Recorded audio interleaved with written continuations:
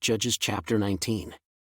And it came to pass in those days, when there was no king in Israel, that there was a certain Levite sojourning on the side of Mount Ephraim, who took to him a concubine out of Bethlehem Judah.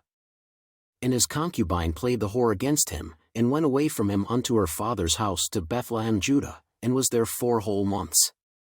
And her husband arose, and went after her, to speak friendly unto her, and to bring her again, having his servant with him, and a couple of asses, and she brought him into her father's house. And when the father of the damsel saw him, he rejoiced to meet him.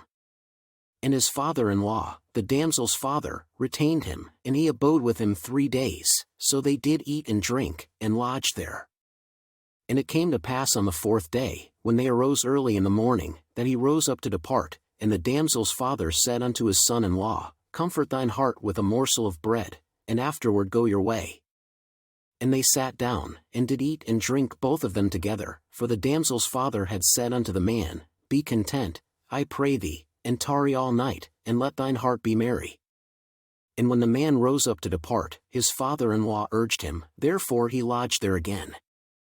And he arose early in the morning on the 5th day to depart, and the damsel's father said, Comfort thine heart, I pray thee. And they tarried until afternoon, and they did eat both of them.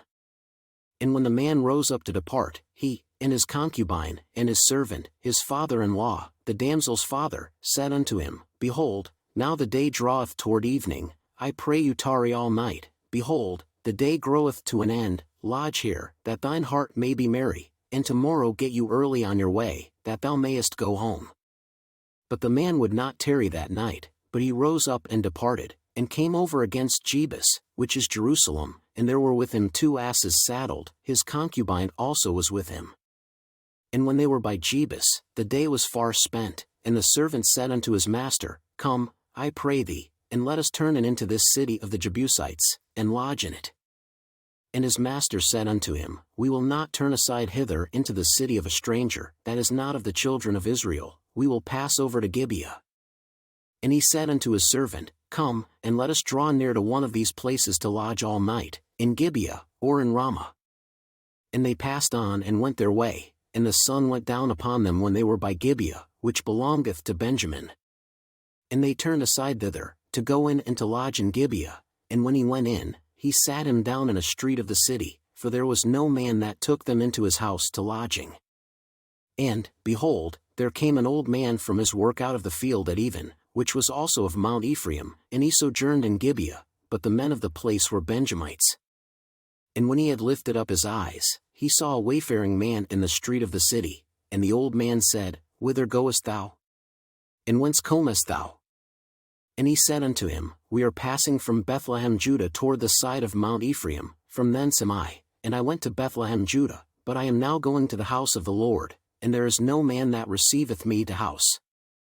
Yet there is both straw and provender for our asses, and there is bread and wine also for me, and for thy handmaid, and for the young man which is with thy servants, there is no one of anything.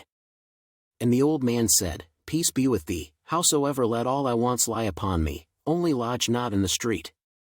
So he brought him into his house, and gave provender unto the asses, and they washed their feet, and did eat and drink. Now as they were making their hearts merry, behold, the men of the city, certain sons of Belial, beset the house round about, and beat at the door, and spake to the master of the house, the old man, saying, Bring forth the man that came into thine house, that we may know him. And the man, the master of the house, went out unto them, and said unto them, Nay, my brethren, nay, I pray you, do not so wickedly, seeing that this man is come into mine house, do not this folly. Behold, here is my daughter a maiden, and his concubine, them I will bring out now, and humble ye them, and do with them what seemeth good unto you, but unto this man do not so vile a thing. But the men would not hearken to him, so the man took his concubine, and brought her forth unto them, and they knew her, and abused her all the night until the morning, and when the day began to spring, they let her go. Then came the woman in the dawning of the day, and fell down at the door of the man's house where her lord was, till it was light.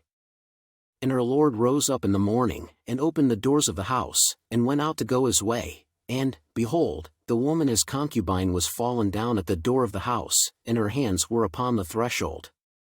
And he said unto her, Up, and let us be going. But none answered. Then the man took her up upon an ass, and the man rose up, and gat him unto his place. And when he was come into his house, he took a knife, and laid hold on his concubine, and divided her, together with her bones, into 12 pieces, and sent her into all the coasts of Israel. And it was so, that all that saw it said, There was no such deed done nor seen from the day that the children of Israel came up out of the land of Egypt unto this day. Consider of it, take advice, and speak your minds.